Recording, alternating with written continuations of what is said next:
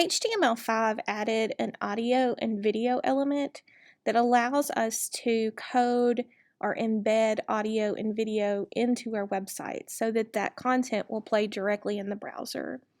For the audio element, if you look in your book on page 482, it has some attributes that you can add to the opening audio tag. Things like the source, the controls, you can loop so it plays over and over again, you can autoplay it. Now each audio element also needs a source element, and the source element is a self-contained tag or a void tag. That means you do not have a closing tag, kind of like your meta tags up here. And that is going to identify the file and then what type of file it is. Okay, so let's get started. Open index up from HP11-1, the project that we just worked on. And we are going to continue in that project, just add a couple of breaks, just so we can see the difference between having audio as a hyperlink and having audio embedded in the page. Okay, we begin, and note I added some breaks on before that break, or after those breaks. We begin by using the audio tag, and because we want controls to display, like the play button, we're going to have a attribute of controls equals controls. That'll add that play button for us. Within the audio, we will have a source tag, and the src refers to the file that we have. In this case, we're going to start with the podcast MP3, and we need to identify its type, and this is an audio MPEG.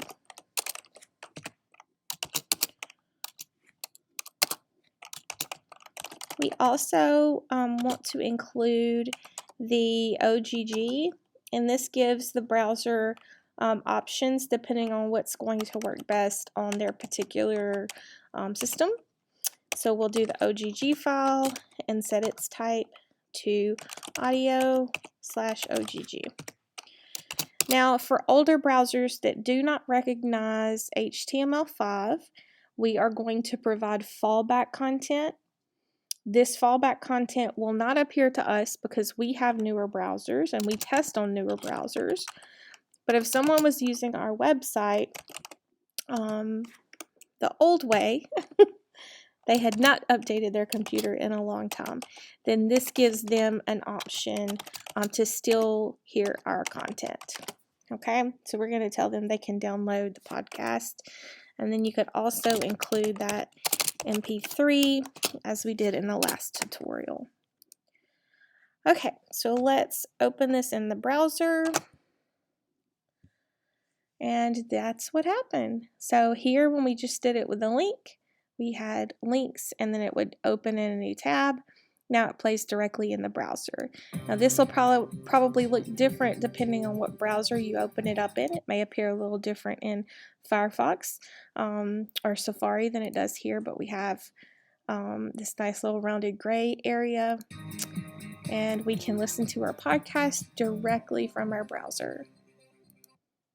Audio to our website. We can also add video. There is a video element in HTML5 which allows the browser to play a video. If you look on page 485, there are optional attributes for the video element, and there are more for video than there are for audio. We can autoplay and have our controls and loop like we could with the audio. But there's also something called poster that we need to be mindful of. Poster allows us to have, it's optional, but it allows us to have an image display if the browser cannot play the video. So let's look at index in 11-4, HP 11-4. And you should have something that looks like this. We are going to add a video of a lighthouse. Well, I think it's just like a ship. Okay, so we'll use the video element. We'll add the controls equals controls attribute. We'll have a poster. which again, this is what displays if the browser can't play the video. So it'll be that JPEG. We can set a width and height. We're going to say width of 320, height 240. Now inside your opening video and closing video tags will have those source tags, those void source tags. They don't have a closing tag, it's just source, and then src, the name of our file, and we have a file called lighthouse.m4v, and we need to add its type. It's a video mp4. We'll add another source in case that one doesn't work well on our user's computer.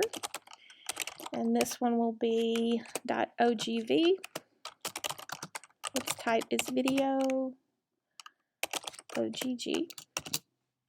And then in the book example uses some Flash as the fallback content, but we are not going to include that since Flash is no longer supported.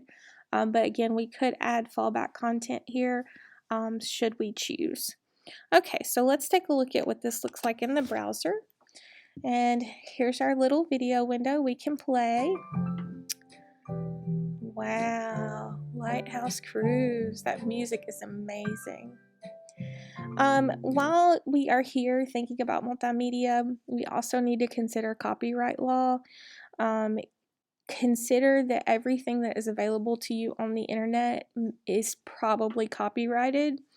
The best way to search for things that are not copyrighted is with Creative Commons. Creative Commons allows a free service for a user to copyright their work, but when they license it under Creative Commons, usually they just say, hey, I created this product and I want ownership of this product, but I don't necessarily want to sell this product. So you can easily find photos, sometimes videos, and other things that are licensed under Creative Commons that allows you to change that, modify that, and have that on your website. You just need to read the fine print. Sometimes Creative Commons are licensed for personal use, but not for profit, so you couldn't use it on a website that was, say, selling things. Also keep in mind that students and educators have this little loophole when it comes to copyright called fair use. Fair use allows you to use copyrighted work for criticism or teaching, etc., etc. But it has to be educational, and it can be only a small portion of the work. So keep in mind that copyright law can get you into a lot of trouble, so make sure that you are not using copyrighted content on your web pages.